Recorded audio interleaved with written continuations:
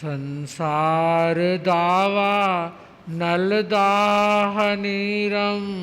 सम्मोह धूलि हरने समीरम माया रसादा रनसार सीरम नमामि वीरम गिरिसार धीरम नमामि वीरम गिरिसार धीरम। परम आराध्य, परम वंदनीय पूज्य गुरुदेव, राष्ट्र संत, वरिष्ठ उपाध्याय वाचनाचार्य भगवान के पावन पुनीत चरणारविंदों में हृदय की असीम एवं अनंत आस्थाओं सहित कोटिशः वंदन करने के उपरांत उपस्थित धर्मानुरागियों, आप सभी को मालूम ही होगा कि पिछले कुछ दिनों से हम गुरु के स्वरूप और गुरु की महिमा के बारे में कुछ परिचर्चा करने का प्रयत्न कर रहे हैं। गुरु का क्या स्वरूप होना चाहिए, ये जानकारी प्राप्त करना सर्वप्रथम आवश्यक है, ताकि हम योग्य व्यक्ति को गुरु के रूप में अपने जीवन में अंगीकार करें, क्योंकि गुरु ही जीवन का निर्माता और जीवन का कलाकार होता है। अगर किसी बिल्डिंग को बनाने वाला कारीगर अच्छा है तो ही भवन का सुंदर और मजबूत निर्माण होना संभव है। इसी तरह अगर सुयोग्य गुरु के मार्गदर्शन को आप प्राप्त करेंगे तो अपना भी कल्याण करना और दूसरे को कल्याण में सहभागी बनना आपके लिए मुमकिन और संभव हो पाएगा। मनुष्य जन्म रूपी वृक्ष के दूसरे अमृत फल के रूप में उल्लेख किया गया है गुरु पर्युपास्ति। इसमें दो शब्द हैं, गुरु और पर्युपास्ति। सबसे पहले हम गुरु शब्द के अर्थ को समझने की चेष्टा और प्रयत्न करते हैं। हर क्षेत्र में गुरु का अलग अलग अर्थ और मतलब किया जाता है। आज विभिन्न अपेक्षाओं से सबसे पहले गुरु के अर्थ को जानने की चेष्टा प्रारंभ करते हैं। व्याकरण की दृष्टि से, ग्रामर के पॉइंट ऑफ व्यू से दो तरह के स्वर वोवल्स माने जाते हैं, ह्रस्व और दीर्घ। ह्रस्व स्वर है आ, ई, उ। दीर्घ स्वर जिन्हें गुरु स्वर कहा जाता है वे हैं आ, ई, उ, ए, ऐ, औ, औ, री, री, री, री। और इस तरह आप समझ सकते हैं कि ग्रामर के पॉइंट ऑफ व्यू से दीर्घ स्वरों को गुरु स्वर कहा जाता है। ज्योतिष में गुरु दीर्घ को नहीं कहा जाता, अपितु जुपिटर बृहस्पति ग्रह को गुरु की संज्ञा दी जाती है। और गुरु का किसी भी ज्योतिषीय प्रेडिक्शन में बहुत महत्वपूर्ण स्थान रहता है। कोई भी गणना करके किसी निर्णय तक पहुंचने से पहले उस कुंडली के गुरु ग्रह के बल को निश्चित रूप से आंका जाता है, क्योंकि जिस कुंडली में गुरु ग्रह मजबूत है वह मजबूत गुरु ग्रह कुंडली के बाकी अन्य दोषों का भी निवारण और निराकरण कर देता है। यदि गुरु लगन में बैठा हुआ है किसी अन्य केंद्र स्थान पर अथवा पंचम या नवम भाव में गुरु की स्थिति है तो वह अत्यधिक मजबूत सुदृढ़ होने पर अपनी कर्क राशि जिसमें वह उच्च स्थिति को प्राप्त करता है, धनु और मीन जिसमें गुरु स्वयं राशि का होता है, अगर उसका बल भी अच्छा है और ग्रहों के साथ उसकी मैत्री, युति, दृष्टि का संबंध भी उसे मजबूती, ताकत प्रदान कर रहा है, उसके अंश भी पर्याप्त हैं, तो वह सबल और मजबूत होकर व्यक्ति की कुंडली को बहुत अधिक मजबूती और ताकत प्रदान करता है। अब तीसरा क्षेत्र आता है लौकिक क्षेत्र और धर्म क्षेत्र। लौकिक क्षेत्र में किसी भी आर्ट और कला का ज्ञान देने वाले, सिखाने वाले को गुरु कहा जाता है। और धर्म क्षेत्र में धर्मोपदेशक, इंस्ट्रक्टर, मेंटर को गुरु कहा जाता है। धर्मोपदेशक जीवन के दोषों का निवारण करके जीवन को गुणों से युक्त और परिपूर्ण बनाते हैं। अब दूसरा शब्द जिस पर विचार करने की जरूरत है वह है पर्युपास्ति। परि और उप दो उपसर्ग इस शब्द में लगे हुए हैं। परि का अर्थ है चारों ओर से, उप का अर्थ है नजदीक, और अस्थि को संस्कृत में रहने के अर्थ में प्रयोग किया जाता है, यानी चारों ओर से नजदीक रहना। किसके नजदीक रहना? पहले ही आपको बताया गया, गुरु पर्युपास्ति, नजदीक किसी दूसरे के नहीं बल्कि गुरु के रहने की जरूरत और आवश्यकता है। कहा भी गया है, लोभी गुरु तारे नहीं, तिरे सो तारनहार, जो तू तिरनो चाहिए निर्लोभी गुरुधार। अगर तू संसार सागर से पार होना चाहता है तो निर्लोभी गुरु की चरण शरण में पढ़ने की जरूरत है, क्योंकि जो गुरु अपना भी कल्याण करने में समर्थ है वही अपना मार्गदर्शन लेने वाले शिष्यों के भी कल्याण में उनका सहयोगी, उनका मददगार, उनका सहायक बन सकता है। इसलिए निर्लोभी गुरु की परीक्षा करने के उपरांत अपना जीवन धन उनके चरणों में समर्पित कर देना चाहिए और गुरु के मार्गदर्शन में आगे बढ़ते हुए अपने लक्ष्य की प्राप्ति के लिए अग्रसर होना चाहिए। चाणक्य जो नीति शास्त्र के एक प्रमुख आचार्य हुए हैं, उन्होंने अपने श्लोकों के माध्यम से जीवन के गूढ़ रहस्यों और मर्मों को प्रकट किया है। वे चाणक्य नीति में एक बहुत सुंदर श्लोक कहते हैं, यथा खनन खनित्रेन भूतले वारी विंदती। जिस तरह स्पेड कुदाली से भूमि को खोदकर व्यक्ति पाताल से जल राशि पानी को बाहर निकाल लाता है, तथा गुरुगत विद्या शुश्रूषम अधिगच्छति। इसी तरह गुरुगत विद्या, गुरु की सेवा, शुश्रूषा, मुट्ठी चापी और भक्ति भावना रखने से प्राप्त की जा सकती है। जैन आगमों में 4 प्रकार की बुद्धि का उल्लेख किया गया है। 3 बुद्धियां अलग हैं, किंतु उनमें से एक बुद्धि वैनयी की बुद्धि को भी बताया गया है, जो गुरु की विनय, अदब, रेस्पेक्ट, सम्मान और सत्कार करने से प्राप्त होती है।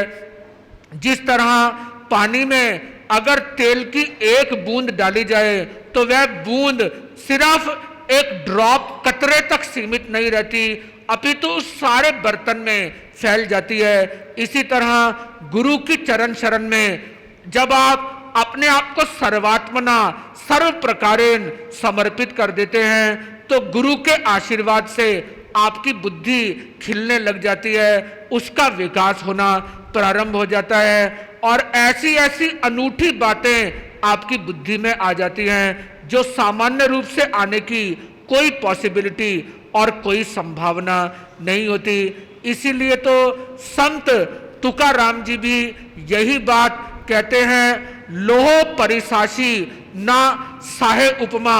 मराठी भाषा में वे कहते हैं कि लोहे को सोना बना देने वाले पारस से भी गुरु की उपमा करना, गुरु का कंपैरिजन करना उचित और ठीक नहीं है, बल्कि यह तो गुरु की कीमत का बहुत कम मूल्यांकन करना, बहुत कम कीमत लगाने के समान है।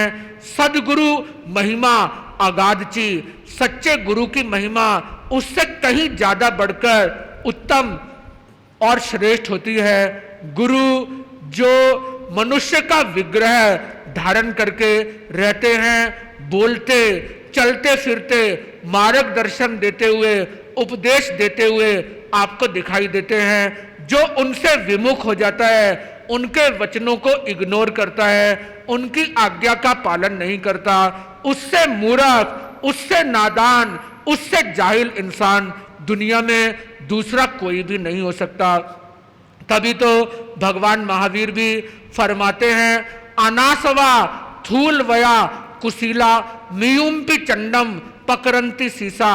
अर्थात गुरु के प्रति अविनय पूर्ण वचनों और लफ्जों का इस्तेमाल करने वाले, गुरु की बेअदबी, डिसरेस्पेक्ट करने वाले, उनके लिए कठोर लठमार भाषा का इस्तेमाल प्रयोग करने वाले, दुष्ट, ढीठ और अविनीत प्रकृति के इंसान सौम्य और शांत गुरु को भी क्रोधी, चिड़चिड़ा और जल्दी खिन्न हो जाने वाले स्वभाव का बना देते हैं। यानी गुरु के स्वभाव को भी विकृत और दूषित करने का कार्य करते हैं। इसके विपरीत चित्तानुआ लहु दक्षोव्या पसाए तू दुरासयम्पी, इसके विपरीत गुरु के प्रति अदब का भाव रखने वाले, गुरु के मनोनुकूल, गुरु की इच्छा और भावना के मुताबिक आचरण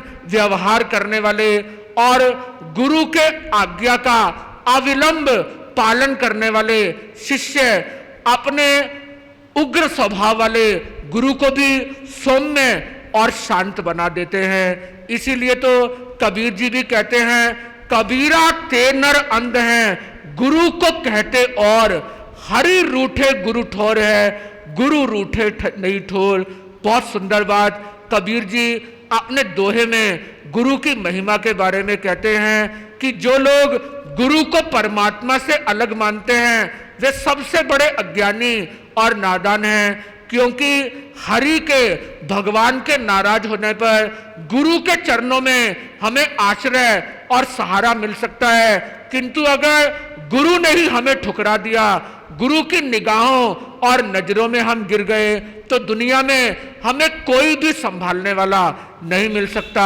किसी अन्य कवि ने भी कहा है, बंदऊ गुरु पद कंज कृपा सिंधु नर रूप हरि जासु वचन रविकर निकय महामोहतम पुंज। गुरु को वंदनीय और नमनीय क्यों बताया गया है? क्योंकि गुरु कृपा निधान दया के सागर हैं, मनुष्य के विग्रह में परमात्मा के समान है। परमात्मा में और उनमें कोई फर्क, कोई अंतर नहीं है। जिस तरह सूरज की किरणें अंधकार को नष्ट करती हैं, उजियारा और रोशनी फैलाती हैं, इसी तरह मोह और माया के अंधकार और निबिड़ को दूर करके जीवन के कण कण को ज्ञान के प्रकाश से आलोकित करने वाले गुरु के वचन सूर्य की किरणों के समान होते हैं। इसीलिए तो गुरु के पांव पकड़कर उनके चरणों में अपना मस्तक झुका देना चाहिए और पूरी तरह स्वयं को उनके प्रति समर्पित, डिवोट और डेडिकेट कर देना चाहिए। किंतु बंधुओं, कुछ बातें आपको गुरु के बारे में अच्छी तरह से समझ लेनी चाहिए। हालांकि साधु को बहुत अधिक महत्व दिया गया है। साधु नाम दर्शनम पुण्यम तीर्थ भूता ही साधवै तीर्थ फलती कालेन सद्य संत समागम है। साधुओं का दर्शन पुण्य रूप होता है, तीर्थ से भी कहीं ज्यादा उत्तम और श्रेष्ठ होता है, क्योंकि तीर्थ तो समय पाकर फल देता है, किंतु संतों का समागम, गुरुओं की संगति तत्काल फल देती है। जीवन के सारे दोषों और सारी बुराइयों को रिमूव करने की शक्ति और ताकत गुरु के पास विद्यमान रहती है। गुरु के संबंध में सम्यक्त सूत्र में भी यही बात कही गई। पंचिंद्रिय संवरणो तह नव्वी बम्बचेर गुत्ती धरो चौवीय कसाय मुक्को ई 18 गुणहिं संयुक्तो पंच महव्य जुत्तो पंच विहायार पालन समर्थो पंच समियो ती गुत्तो 36 गुणों गुरु मध्यम। जैन परंपरा में सच्चे गुरु में 36 गुण होने चाहिए। उसे 5 इंद्रियों, श्रोत इंद्रिय, चक्षु इंद्रिय, घ्राण इंद्रिय, रसेंद्रिय और स्पर्श इंद्रिय का निग्रह और नियंत्रण करने वाला होना चाहिए। गुरु 9 प्रकार से बाढ़ सहित ब्रह्मचर्य का विशुद्ध रूप से पालन करने वाला हो। साथ ही 4 कषायों क्रोध, मान, माया और लोभ के चंगुल से वह अपने आप को मुक्त और आजाद कर चुका हो। 5 महाव्रतों अहिंसा, सत्य, अस्तेय, ब्रह्मचर्य और अपरिग्रह का पालन करने के साथ साथ 5 प्रकार के आचारों, ज्ञानाचार, दर्शनाचार, तपाचार, वीर्याचार आदि का भी वह विशुद्ध रीति से पालन करने वाला हो। इसके साथ 5 समितियां और 3 गुप्तियां उसके जीवन में विद्यमान हो। इन 36 गुणों से युक्त गुरु ही सच्चा गुरु और सच्चा मार्गदर्शक होता है, और वही अपना भी कल्याण करता है और दूसरों के कल्याण में भी वह उनका सहायक और मददगार निश्चित तौर पर बनता है। बंधुओं, पंच महाव्रतधारी, पर दुख कातर और जीवन में आने वाले कष्टों तकलीफों को समभाव से बर्दाश्त करने वाले सच्चे गुरुओं के समागम से आपको यही लोक के अलावा परलोक में भी साथ देने वाले धर्म की शिक्षा तो ग्रहण करनी ही चाहिए, किंतु इसके साथ ही आपने जिससे एक अक्षर, एक वर्ड, एक लेटर का भी ज्ञान प्राप्त किया है, चाहे वे कोई भी हो, किसी भी जाति के हो, तो भी वे आपके लिए पूज्य, श्रद्धास्पद और आदरणीय हैं, और अपने गुरु के प्रति सर्वात्मना समर्पित, कंप्लीटली डिवोटेड और डेडिकेटेड होकर हर शिष्य को रहना चाहिए। एक बार भगवान श्री कृष्ण ने नाराज होकर नारद को शाप दिया कि तुम 84 लाख योनियों में भटकोगे, भ्रमण करोगे। वैसे तो नारद जी 68,000 विद्याएं जानते थे, किंतु उनमें से एक भी विद्या उन्हें भगवान श्री कृष्ण के शाप से छुटकारा दिलाने में सशक्त और समर्थ नहीं थी। वे बहुत घबराए और गहरे दुख के कारण जंगल में, अरण्य में जाकर एक गहरे सरोवर के निकट बैठ गए। दुख की वजह से उनके नेत्र सजल हो गए, उनके आंखों से टप टप आंसुओं की बरसात होने लगी। अचानक ही एक धीवर मछुआरा वहां पहुंच गया। उन्हें इस प्रकार रोते हुए देखकर कहने लगा, महात्मन, आपके रुदन का क्या कारण है? अगर आप सरीखे महापुरुष भी इस तरह भाव विह्वल होंगे तो हमारे जैसों की तो क्या स्थिति और क्या हालत होगी? आपके कष्ट की क्या वजह है? कृपा करके मुझे बताइए।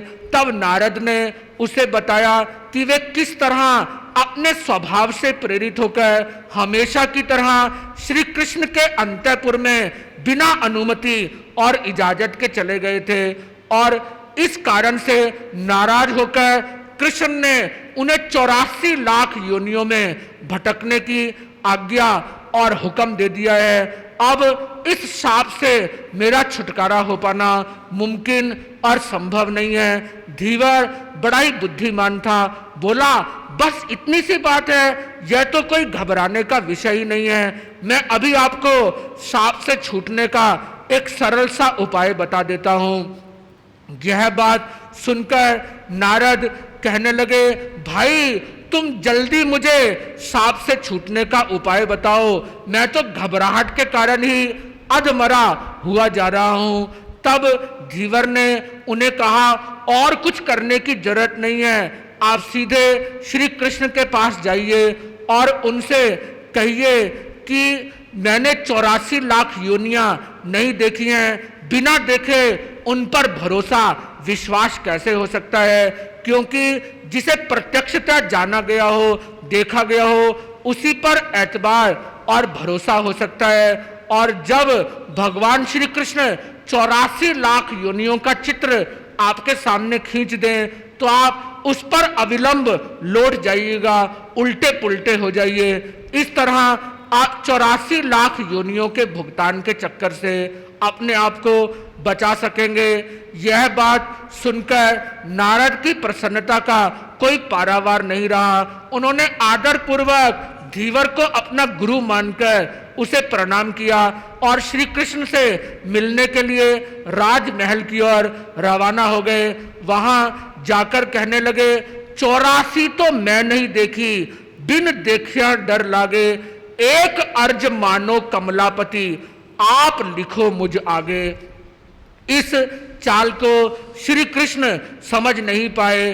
बात में आकर उन्होंने 84 लाख योनियों का चित्र खींचकर ड्राइंग करके उसे नारद के सामने रख दिया, किंतु रखने की देर थी, नारद उस पर लोटपोट हो गए और कहने लगे, प्रभु आपकी आज्ञा भी पूरी हो गई और मैं भी 84 लाख योनियां भुगतने से बच गया।